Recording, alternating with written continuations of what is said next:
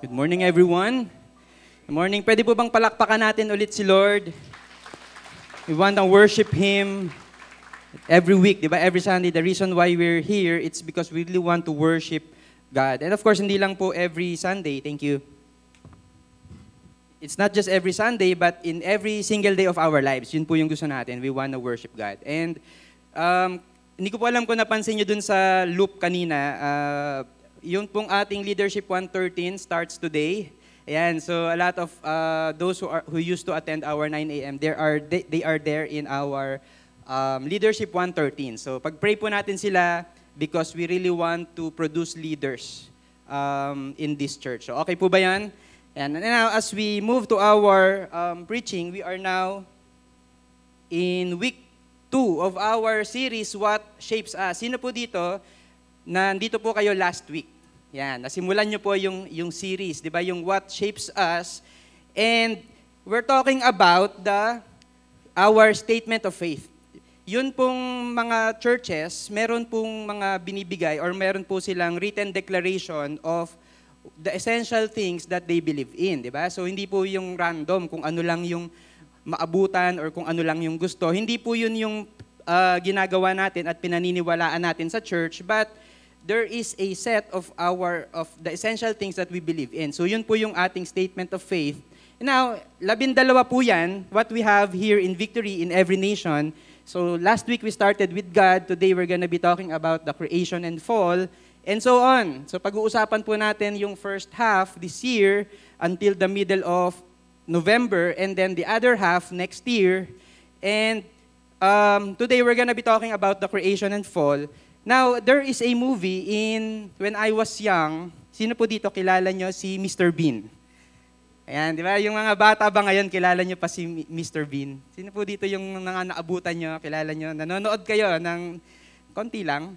Diba, ako nung bata ako, parang araw-araw yata itong nandun sa Channel 5, di ba? So, Mr. Bean, di ba? So, this movie is a movie nung 1997. So pinalabas po siya noong 1997, and the plot of this movie is sinend po siya para i-manage yung transfer nung isang painting. Ito po yung painting, Whistler's Mother. So sinend si Mr. Bean para i-manage yung transfer ng painting na to from, if I'm not mistaken, from England to US. Yan. So yun po yung task. Okay, to manage that transfer of this painting. Bakit kailangang may mag-manage? Bakit hindi na lang ipa Shopee Express or ipa LBC? Bakit hindi na lang? Because this painting is very important. Ibig sabihin, valuable siya, and in real life, meron po talagang ganitong painting. Okay? Hindi lang po siya sa movie. But in real life, ito pong painting na to, it exists, and this is very valuable. So probably the painting, the most famous, the most familiar to us is the Mona Lisa. Tama po ba? Di ba? Yan, parang alam natin yon, yung Mona Lisa. Ito pong painting na to, this is touted as the Victorian Mona Lisa. This was painted somewhere in the 1800s. Ganun po siya ka-important. And ito, verify ko pa to kahapon dun sa mga nagpe-paint. Sabi ko,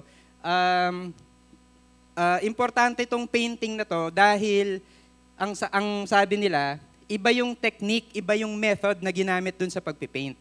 And we have to understand na yun pong mga paintings before, kasi ngayon ang dami ng digital art, and we judge the painting by how it looks.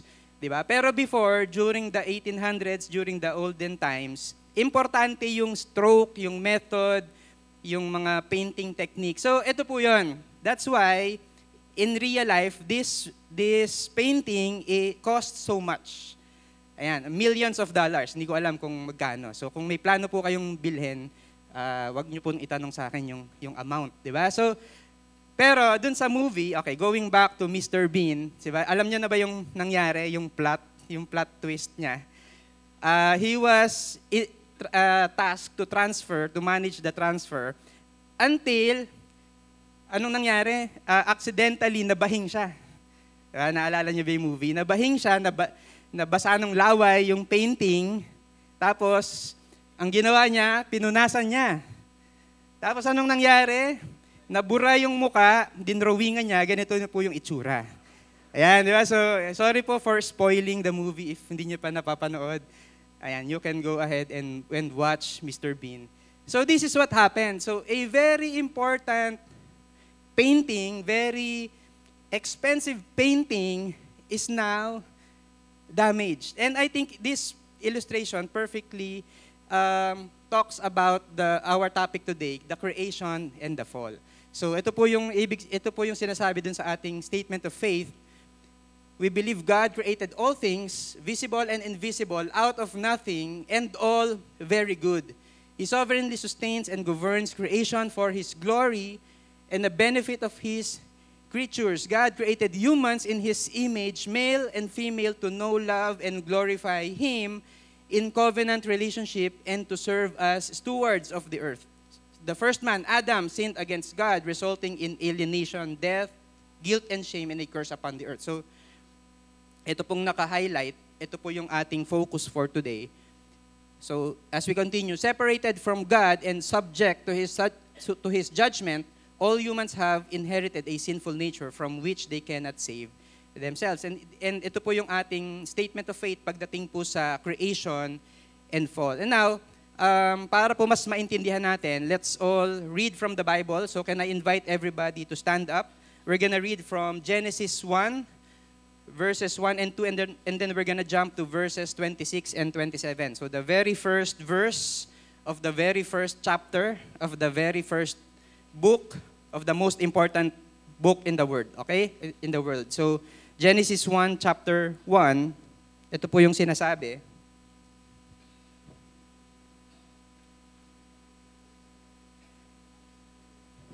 So, pwede po bang lahat po tayo magbasa, okay? So, basahin po natin. Genesis 1, chapter 1, in the beginning, God created the heavens and the earth. The earth was without form and void, and darkness was over the face of the deep, and the Spirit of God was hovering over the face of the water. So, verse 26, then God said, let us make man in our image, after our likeness, and let them have dominion over the fish of the sea, and over the birds of the heavens, and over the livestock, and over all the earth, and over every creeping thing that creeps on the earth. So God created man in His own image. In the image of God, He created him. Male and female, He created them. Let's pray. Lord, we want to be shaped by Your word. So I pray, Lord, na as we talk about, as we discuss Your word, this is not just gonna be another topic, but a topic that will bring, that will shape us, Lord, that will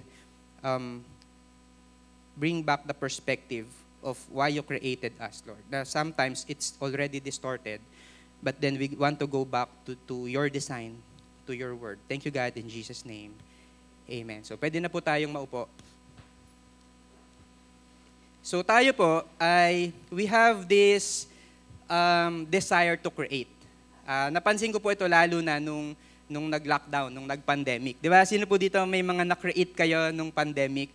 Di ba? Kasi wala tayong ginagawa, we have the time. So probably some of you, ang mga creations nyo ay mga bagong recipe. Yan. Or mga recipe na wala kayong time lutuin before, pero dahil may time na kayo, ayan, you are now able to cook. Ayan, di ba? So sino po dito nakapagluto po kayo ng ube, cheese, pandesal, di ba? Yun yung usong-uso. Dati di man uso yon. Tapos nung lockdown, biglang lahat nagluluto ng ube, cheese, pandesal. Dalgona coffee, yan, di ba? So lahat merong creation, okay, na ganon. Or probably hindi ka mahilig magluto, mahilig ka sa mga woodworks. Ayan, di ba? Yung mga home improvement. Di ba? So ako yan yata yung gusto kong gawin. Pero ganun po, di ba, yung iba sa inyo, may mga nakikita po akong ganun nag-post sa Facebook. Yung iba, nag-create ng table, ng upuan, mga drawer, at kung ano-ano. Okay, mga woodworks. Or yung iba, digital. Yan, yung iba, digital. Di ba, yung meron kayong, nag-try kayo na mag-drawing, na gumawa ng kung ano man through the gadgets that you have. So, digital. Or maybe, ayan, just like this one, nag-compose ka ng kanta. Ayan, for your special someone. Di ba? So, okay po ba? Sino po dito, meron kayong na-create? Or not just during the lockdown, pero all throughout your life, we have this desire to create. Tama po ba? Di ba? To create something. And when we create, ayan, pumipiyok pa yun. And when we create something, we do it using things that are already existing. Di ba? Yung pong niluluto nyo, meron na kayong ingredients. Bumili na kayo sa palengke, sa supermarket, bago ka nagluto. Okay? So, pero si God, I want us to know na when God created the universe, the heavens and the earth, ang sabi po doon, the earth was without form and it was just void. So God created something from nothing. And how did God create that something out of nothing? God created it through His Word, through the Word. So the creation was made through the Word. So okay po ba yan? Diba? Ano po yung nangyari in the very first day? Ano yung sinabi ni God? Ang sabi ni God, let there be light, di ba? Let there be light. So, si God was there and just like what we read, the Spirit of God was hovering over the waters, okay? So, nandun po yung God the Father and then the Spirit of God, the Holy Spirit. And nasan po si Jesus? Kasi last week we said na Jesus is involved in the creation. So, nasaan po si Jesus doon? When God spoke. Because Jesus is the Word. So, later we're gonna read. And ano po yung nangyari? Day 1, God spoke and sabi niya, let there be light. And then there was light. Okay, so walang light pero nagkaroon ng light. Let there be separation, an expanse amidst the waters, and then there was the water, and then there was the sky. Let there be ground and the land and the vegetation. And hanggang dun sa 6th day. Okay, so God spoke. So ngayon, John 1, verse 1, starting from verse 1, says here, in the beginning was the Word. And the Word was with God, and the Word was God. He was in the beginning with God. And when we talk about the Word, I'm gonna say this early, when we talk about the Word refers to Jesus Christ.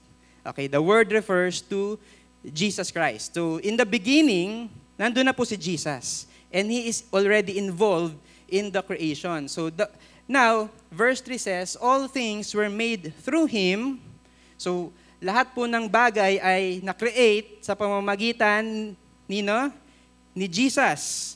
And without Him was not anything that was made. Wala pong anything na ginawa na hindi sa pamamagitan ni Jesus. So yun po yung sinasabi in John 1, verse 1 to 3. Okay, so I hope na that's clear. Ito po, another verse para mas maintindihan natin. Colossians 1:16. For by Him, referring to Jesus, yung Him, all things were created. Yan. Ano po ba yung na-create? Through Him, all things. In heaven and on earth, visible and invisible, so both the physical and the spiritual, whether thrones or dominions or rulers or authorities. All things were created through Him and for Him. And again, in another verse, it says na the world was created, or everything was created through the Word of God. Nagigets po ba natin? Through Jesus Christ. And hindi lang po yun. Verse 17 says, and He is before all things, and in Him all things hold together. So ang ibig sabihin nun is that the universe is sustained by God. Di ba? Yung last week, I was talking about the sun. Di ba? Yung sun, it has a certain temperature, it has a certain size, and all of that.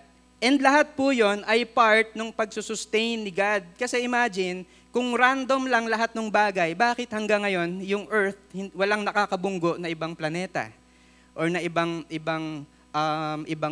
stars, 'di ba? So sakto 'yon. When you look at the universe, sakto po 'yon. Ang tawag po doon, it's the fingerprint of God. 'Di ba? Just like ito po yung isa sa mga natutunan ko sa science na yun pong gravity. So 'di ba may gravity, 'di ba? Kaya ka nga 80 kilos ngayon kasi iba, grabe kang maka-80, di ba? 78 lang, di ba? Yung, kalam, daming nabawas, So, kaya nga yan yung weight mo. It has something to do with the gravitational pull of the earth. And alam niyo po, yung gravitational pull of the earth is directly proportional to the size of the earth, to the mass of the earth rather. So to the mass of the earth. Ibig sabihin, kung mas malaki pa yung earth, yung moon hahatakin niya papunta sa earth, and the moon will crash with the earth. And hindi ko po kayang i-explain lahat, but the point is that perfect yung design ni God pagdating sa universe. Pagdating sa earth, ganun din. Di ba? Imagine, yung ecosystem, meron pong tamang balance yan. Di ba? Yung parang walang animal na parang nakalimutan ni God na, ay, yung kalabaw, sorry, nakalimutan kong mag-create ng damo. Tapos walang makain yung kalabaw. So walang ganun. Di ba? When we look at the world, when we look at the universe, makikita po natin, perfect yung design ni God, maganda po yung design ni God. And that includes the things that we have here on earth. Lalo na nung kinreate yung tao. Diba? Yung iba hindi makapaniwala na talaga ba maganda yung pagkaka-create sa tao. Kasi Genesis 1:26, it says here, then God said, let us make man in our image. So hindi po yun sinabi nung kinecreate yung unggoy, di ba? Na let us make monkey in our image. Wala pong ganun. It's just that, let us make man in our image after our likeness. Yun po yung sinabi ng Diyos. And let them have dominion over the fish of the sea and over the birds of the heavens and over the livestock and over all the earth and over every creeping thing that creeps on the earth. So now, anong ginawa po ni Lord? Verse 27, so God created man in His own image. So whether you believe it or not, the person seated beside you is created in the image of God. So tignan mo nga, di ba, mukha bang created in the image of God? Yung iba parang, talaga ba? Kinreate according to the image of God, yung katabi ko? Yes, because that is what the Bible says. So God created man in His own image. In the image of God, He created him, male and female, He created them.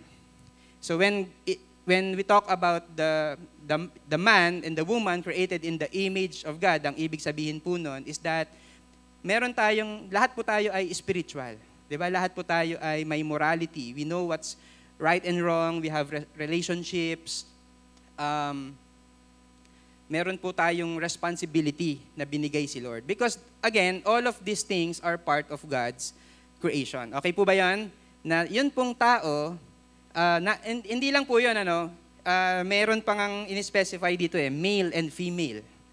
He created them. So, when God created all of these things, ang sabi niya in verse 31, and God saw everything that He had made, and behold, it was, ano po nakalagay? It was very good. Diba? Very good. Diba? Nung kinreate niya yung light, ang sabi niya, and God saw that it was good.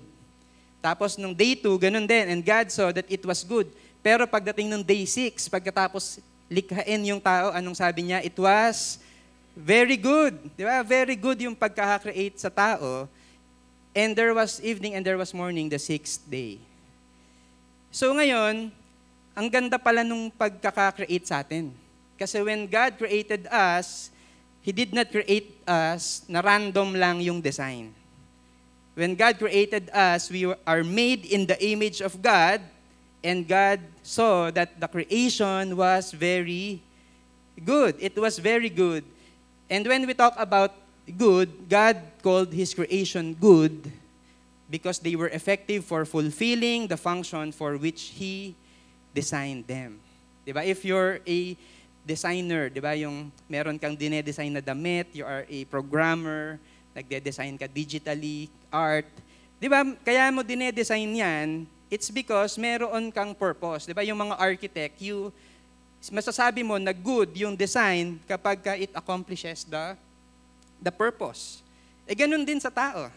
Ganun din sa creation. Di ba? God called it good because yun pong creation is effective for fulfilling the function for which He designed them. And the question is this, ngayon, good naman pala.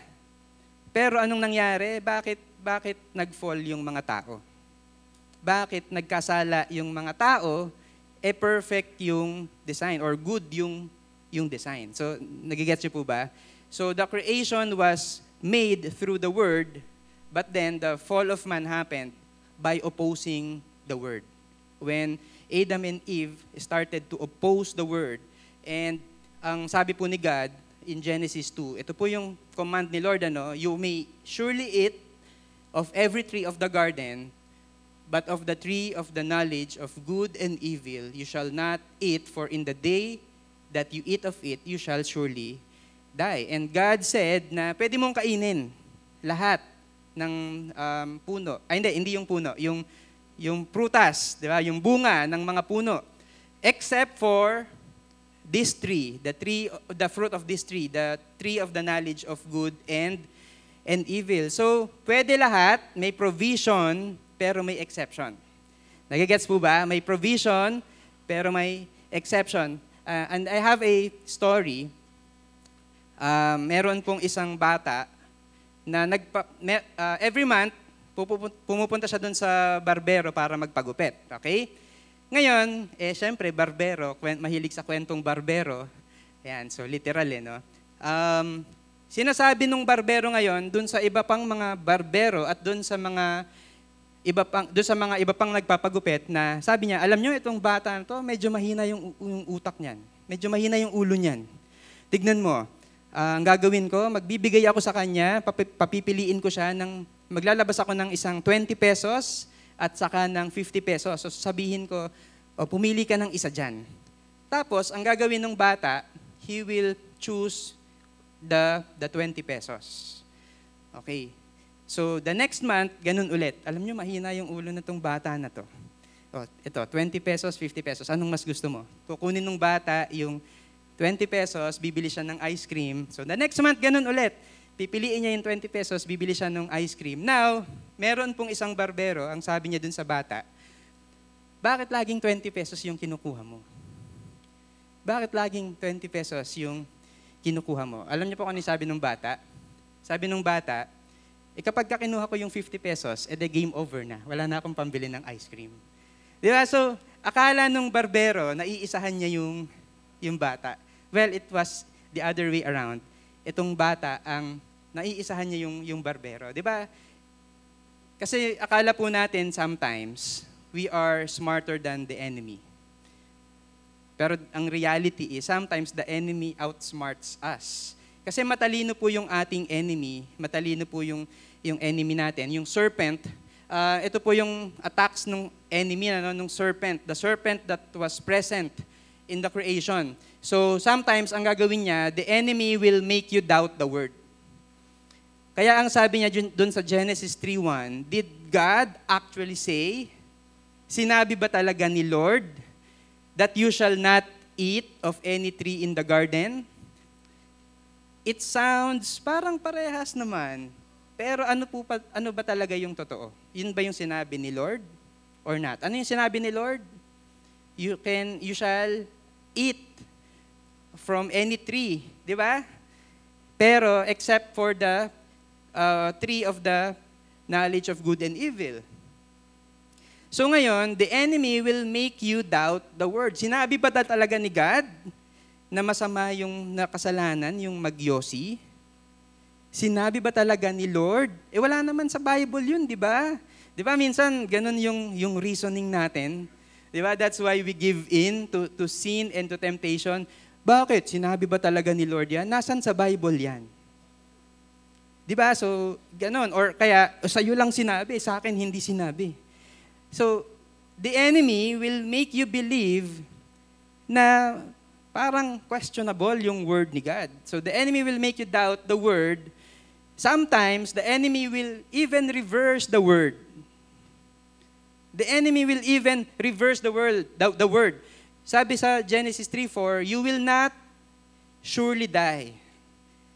Ayan, ito na, kabaligtaran na, di ba? Kasi ano yung sabi ni Lord sa Genesis 2:16?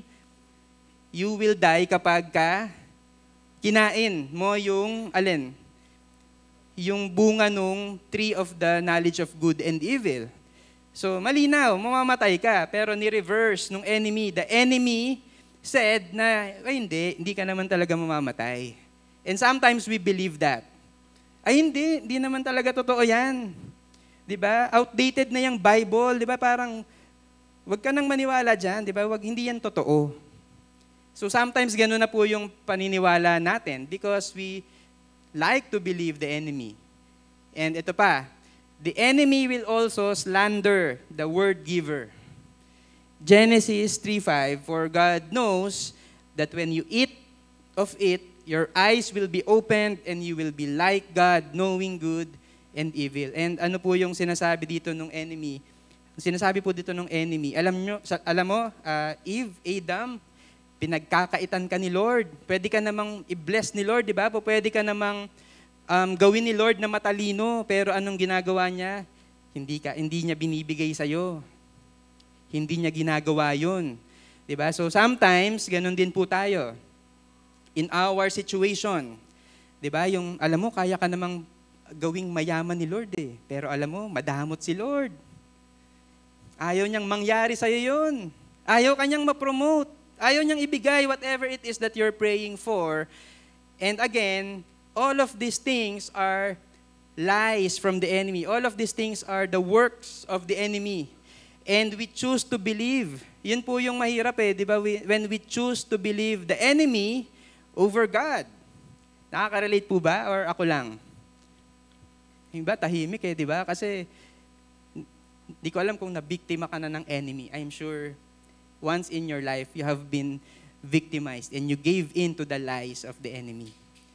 And ano po yung lies? Ang question ko sa inyo is, ano ba yung lies that we believe from the enemy? So what lies do you believe? So these are just some, this is not everything. Sometimes ang sinasabi ng enemy is, it should be all about you and your happiness. Yan, dapat yung mundo ay umiikot sa'yo. Diba? Tungkol lagi lang sa kaligayahan mo eh. Kaya gawin mo lang kung ano yung makakapagpaligaya sa'yo. Diba? So, YOLO, diba? You only live once. Kaya gawin mo na kung ano yung gusto mong gawin. Diba? Wala namang consequence. Hindi naman ma-offend si God. Minsan lang naman because it's all about you and your happiness. Yun ba yung sabi sa Bible or not? Kaya nga natin sinasabi lagi na honor God because this is what the Bible says. We're not existing for ourselves. The Bible even says na if you want to follow Jesus, you should deny yourself. Pick up your cross and follow Him. So it's not all about us and our happiness. Kahit na meron kang isang gustong gawin na bagay, but if it's not gonna bring honor to God, it's not about you. Okay? It's not about you. Ano pa? The Bible is outdated. Just like what I'm saying kanina. The Bible is outdated. Luma na yan. Kailan ba sinulat yung Bible? Thousands of years ago. Huwag ka nang maniwala dyan. It's already outdated. Diba? Iba na yung uso ngayon. Diba? Iba na yung uso ngayon. Iba na yung socially accepted ngayon. Diba? Uso na ngayon yung divorce. The Bible says na whatever God has joined together, let man not separate. Pero hindi na uso yan ngayon. Iba na yung uso ngayon. Di ba? And there are, yung mga married couples are separating left and right. Especially kapag nababalitaan natin from the celebrities. We think na okay lang. Bakit? Outdated na kasi yung Bible eh. You are not as bad as others are. Di ba mabait naman ako eh. Di ba mabait ka naman, hindi ka naman pumapatay ng tao, hindi ka naman corrupt, hindi ka naman nagnanakaw, hindi ka naman kasing sama ng ibang tao. I-compare mo nga yung sarili mo sa ibang tao. Di ba, mukha na ba akong enemy? Do I sound like the serpent? Di ba, parang, ganun po yun eh. Di ba, yung parang ang ginagawa natin, kino-compare ngayon natin yung sarili natin with other people. Kapag ka-compare mo yung sarili mo with other people, mukha ka nga talagang mabait. Pero ang tanong, dapat ba ang standard mo yung ibang tao? Or not? Di ba dapat ang standard natin is the Word of God? Di ba ang dapat ang standard natin ay si Jesus? And now, what do?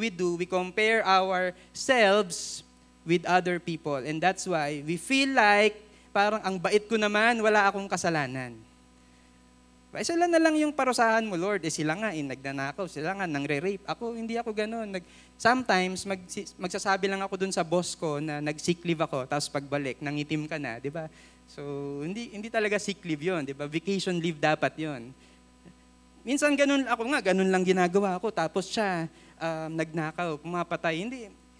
No, it's not the standard is not other people. Okay po ba? Ang standard natin, hindi yung ibang tao. Ang standard natin ay yung salita ng Diyos. Okay? It's too late. Your past defines you. Late na. Wala ka nang magagawa kasi ito na yung past mo eh. Ito na yung nangyari sa'yo. Nagawa mo na to in the past. Therefore, wala ka nang pag-asa. Wala ka nang pag-asa na magbago. Bakit? Nagawa mo na eh. Yun na yung kinalakihan mo. Or, you have to be perfect para maging accepted ka. Diba? Narinig nyo na ba ito? Dapat mataas yung grades mo sa school. So that para accepted ka nung magulang mo. Diba? Sometimes that is our mindset. Diba dapat magaling ka, nagpe-perform ka well for you to be accepted. Don't we realize na sabi po sa Bible na while we are still sinners, Christ died for us. Yun po yun, di ba? And these are just some, but I'm saying na sometimes, why is it na mas madaling maniwala dun sa enemy rather than sa word ni God? Rather than God telling you na you are loved, you are important, you are valuable, that's why I died for you. Sometimes, mas madali pong paniwalaan yung mga lies of the enemy, and it's really because of our sinfulness. Di ba?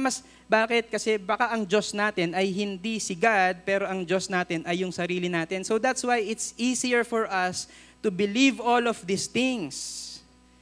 So the enemy is smart. There will always be temptations and there will always be an attack from the enemy. So we have to be smarter. Paano po tayo magiging smarter than the enemy? By obeying and by reading and by meditating and following the Word of God. If you want wisdom, yun pong wisdom ay makikita natin walang iba kundi sa Bible.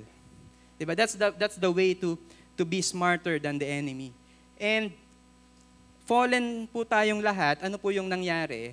Yung image ni God in us, nung sinabi niya na very good, the image of God in us has now been broken because of sin. Diba? Try na po ba kayong magsalamin or nagsasalamin kayo sa isang basag na salamin?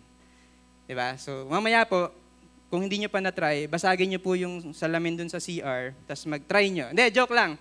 Diba, pagka broken, distorted yung image mo. Diba, hindi mo masyadong makita. Bakit? Basag yung salamin eh. And ganun din po sa atin, diba, yung image ni God is in us because God has created us in His image, pero hindi masyadong makita. Distorted. Bakit? Because of sin. Because of sin. So ngayon, buti na lang, kahit na distorted yung image ni God in us, buti na lang, God is on a mission. And He is on a mission to redeem us. Paano po tayo ni-redeem ni Lord?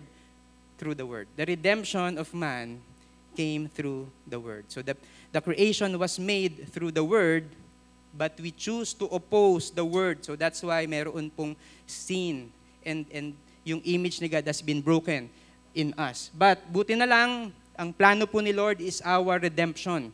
Yun po yung gustong gawin ni Lord, our redemption. And that redemption came through the Word. So ano po yung nangyari? After the man sinned, ang nangyari, God looks for man. Ang ganda kaya nito, Genesis 3:9, right after man sinned, alam nyo kung ano yung unang-unang sinabi ni Lord sa kanila? Ito, nasan ka na? Where are you? Di ba ang ganda nun? Yung tao, ang response niya, nagtago siya sa Diyos. Sa next verse, Genesis 3:10, I heard the sound of you in the garden, and I was afraid because I was naked and I hid myself. Nahiya ako, Lord natatakot ako sa'yo. Pero si Lord, ang message niya, nasan ka? Diba? God is talking about reconnecting with mankind. Kasi alam ni Lord na nagkasala yung tao ngayon, busy siya sa pagtatago sa Diyos. And that's who we are. Di ba lagi tayong ganun, pag may nagawa kang kasalanan, hindi na lang ako magsa-service. Hindi na ako attend ng church. Bakit? Nakakahiya kay Lord eh. Hindi na lang ako mag-a-attend ng VG. Bakit? Nakakahiya kay Lord eh. May ginawa kasi akong mali. Hindi ganun, di ba? Ano ba yung gusto ni Lord? God is looking for us. Where are you? Nakita niyo po yung how the Lord treats us as loved and as valuable. Tayo nahihiya, natatakot sa Diyos.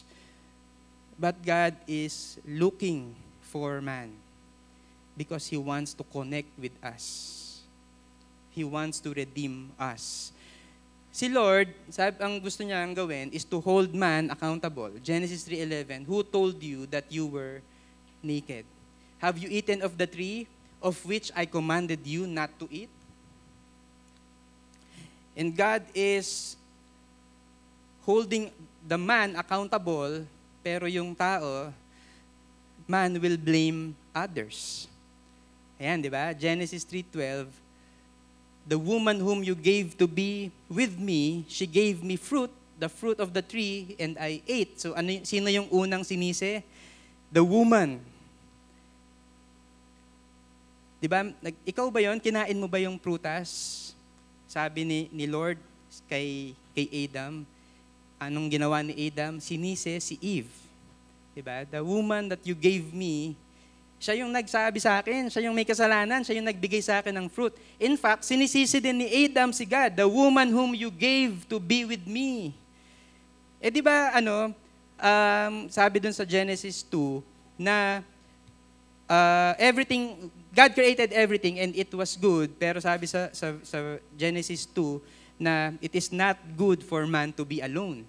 So anong ginawa ni Lord para hindi, dahil it is not good for man to be alone, binigyan niya si Adam ng isang Eve.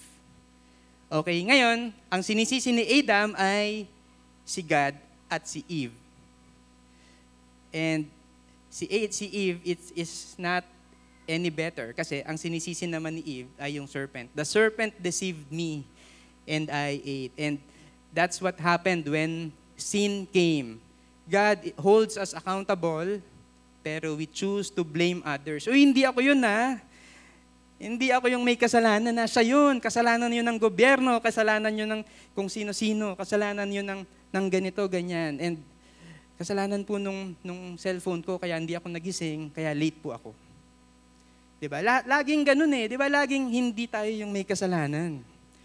Because that's what the fall did to us. Ang hirap nung preaching, kasi puro kasalanan yung pinag-uusapan natin. Puro yung kalokohan ng tao yung pinag-uusapan natin. But I want us to know that that is our status before God. We are sinful.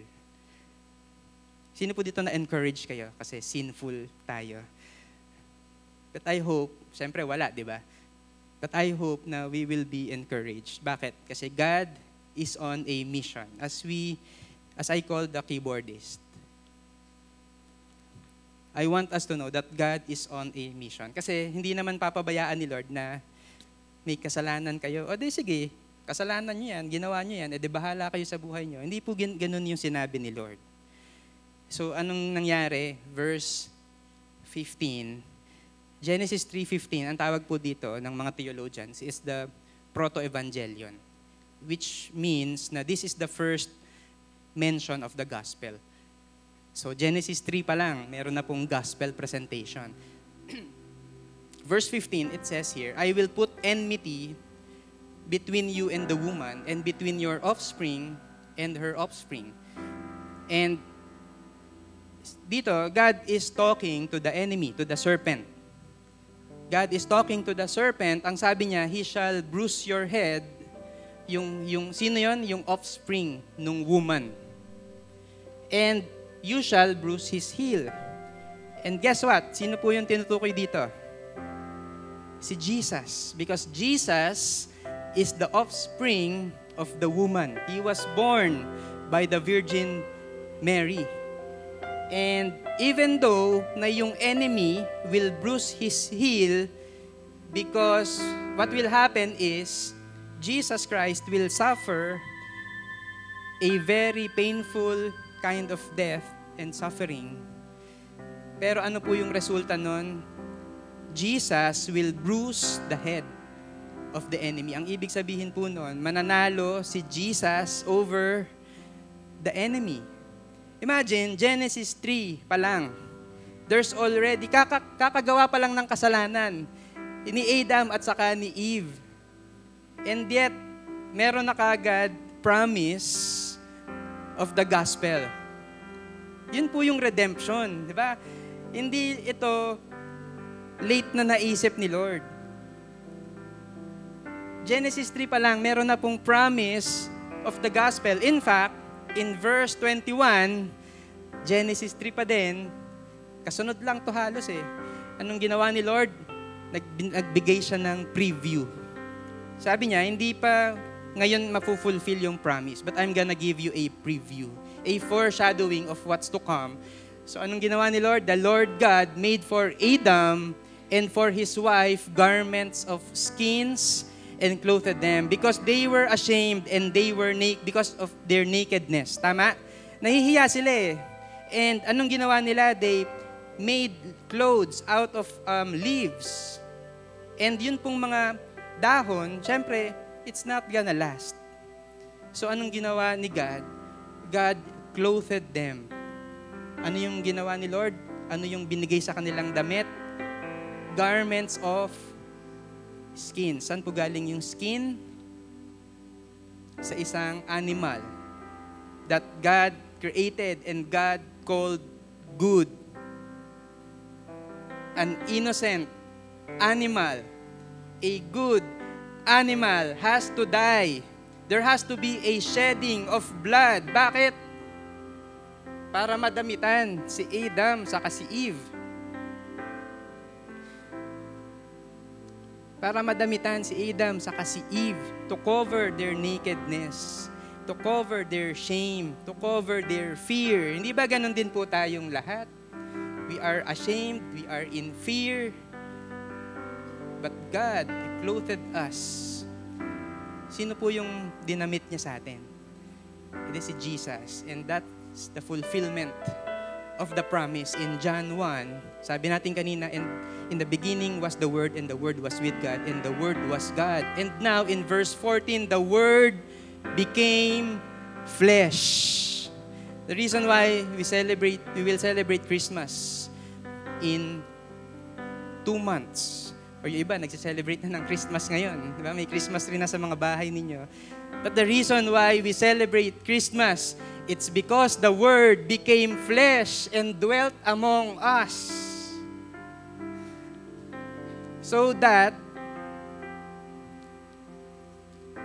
madamitan po tayo. When God looks at you, it's no longer the image of God that is broken ang makikita niya in you. Ano po yung makikita niya? The righteousness and the image of Jesus Christ in you.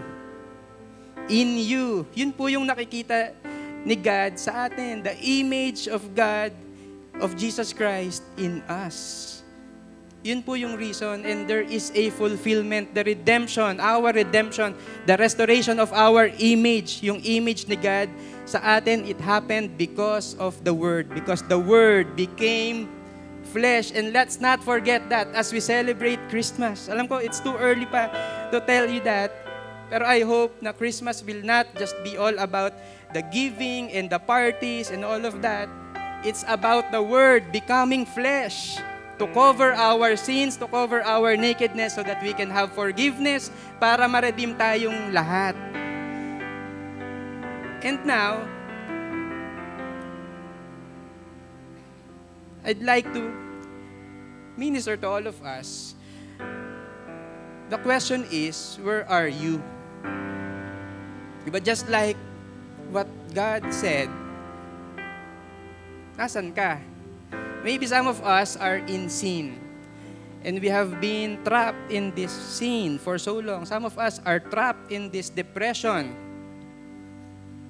Some of us are trapped in this situation na we think like parang natrap ka na doon ng enemy and there's no going out. So ang tanong, where are you? And I'm inviting all of us. We're gonna worship later, but before that, can we just speak to God right now? Lord, this is where I am right now. I'm in sin. I'm in depression. I'm in trouble. I'm experiencing all of this. And I almost believe the enemy, the lies of the enemy, that there's no going out of this problem, of this situation, of this sinful pattern. And instead of hiding from God, can we just come bold before God and admit, Lord, I'm broken. I'm broken. So Lord, tulungan mo ko. Because I am broken. I am sinful.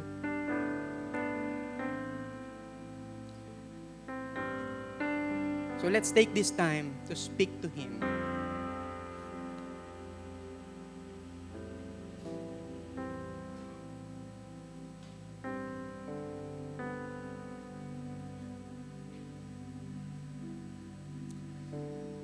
Can I invite everyone to stand up as we worship God once again? In 2 Corinthians 5:17, can we flash the verse? 2 Corinthians 5:17.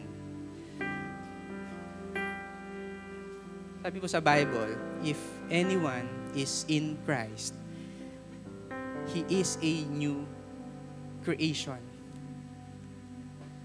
Guess what? If you're in Christ, you are a new creation. Hindi na yung lumang creation that is broken and damaged ang nakikita ni Lord sa atin. If anyone is in Christ, he is a new creation. The old has passed away. Behold, the new has come. Ito po yung reason why we worship God. Amen? Lord, as we reflect on our sinfulness and our brokenness, let this time of worship be a time of worship, of thankfulness, of gratefulness towards God for making us brand new. When Jesus Christ died for us, He did not make us better persons. Yung mas magaling lang na better na version of you. No, God said that you are now a new creation. Not a better person, but a new creation. Amen. So let's worship God.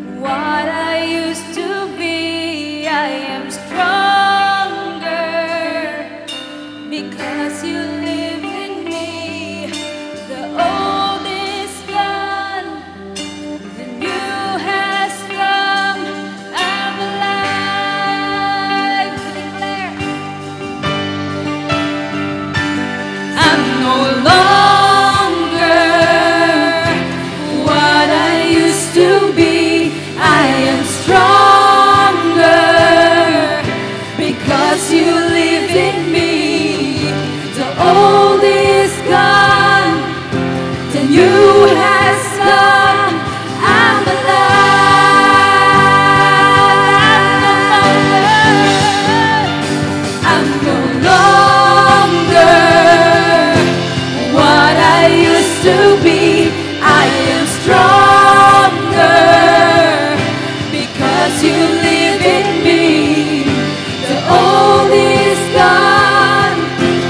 you has come, I'm alive.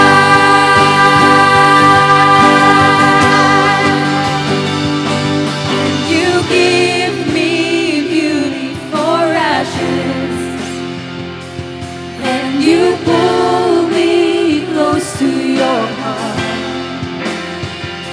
You have turned my mourning to dancing.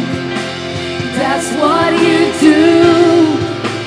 That's who you are.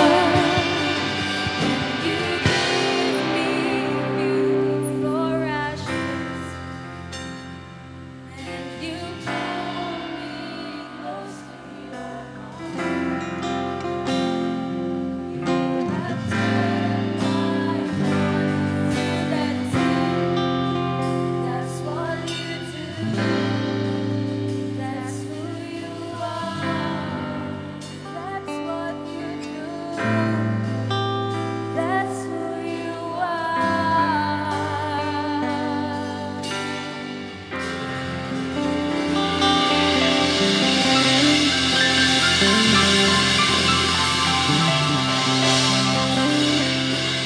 Lord, we agree, Lord, with the song that the old is gone and the new has come. Thank you, God, kasi we are sinful and we repent of it. But thank you, God, because you gave us beauty for ashes. You changed us, Lord. The old version of us is no longer, it's already gone. And the new has come. Thank you, Lord, because we have this new life, a restored image of God because of Jesus Christ. Lord, we admit, Lord, na we are sinful and it's easier for us to believe the lies of the enemy. It's easier for us to believe the things that will dishonor you. Kasi minsan, Lord, masarap gawin yung bawal. But I pray, Lord, that there's gonna be grace for us to live in this new life that you have called us. I pray, Lord, na in every single step that we will take, there's gonna be a daily, regular decision, conscious decision, Lord, that you are our Lord. We are sinners. We are your creation and we have sinned and we have fallen. Pero Lord, thank you because you are our Lord, you are our Savior, and we can run to you, we can go to you. Thank you, Lord, for restoring us, redeeming us. Thank you, Lord, for not giving up on us. And we worship you because of that. Maraming salamat po, Lord. In Jesus' name, amen and amen.